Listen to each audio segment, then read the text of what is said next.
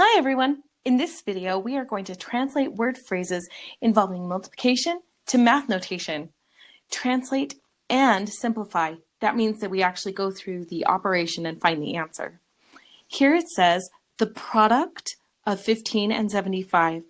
When we see the word product, this means that we are going to multiply, and we're going to multiply the two numbers that are listed afterwards. So we are going to multiply 15 times 75. Or 75 times 15, and we can put that with a dot, 75, or we can notate that as 15 with 75 in parentheses like this way. When I multiply, I like to put the larger number on the top and line up all of the place values. So I'm going to put 75 on top and multiply this by 15 below.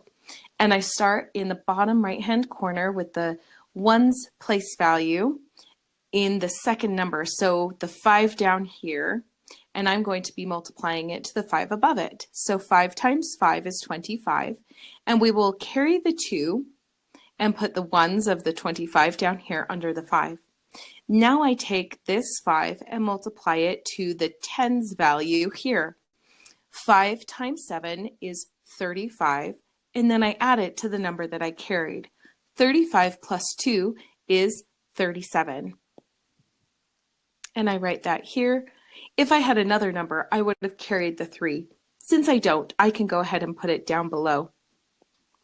Now that I've finished with the 5, I move to the 1. Because the 1 is here, down below, I need to give it a placeholder of 0 so that when I multiply 1 times the top number, that it can be right underneath of the 1 in the second line down here. So now I'm going to multiply 1 times the 5 on the first row. 1 times 5 is 5, so I'll put that down here. Now I move to the next number, and because I've already taken care of the 2, don't add it on this round, because 1 times 5 was 5. I didn't need to carry anything.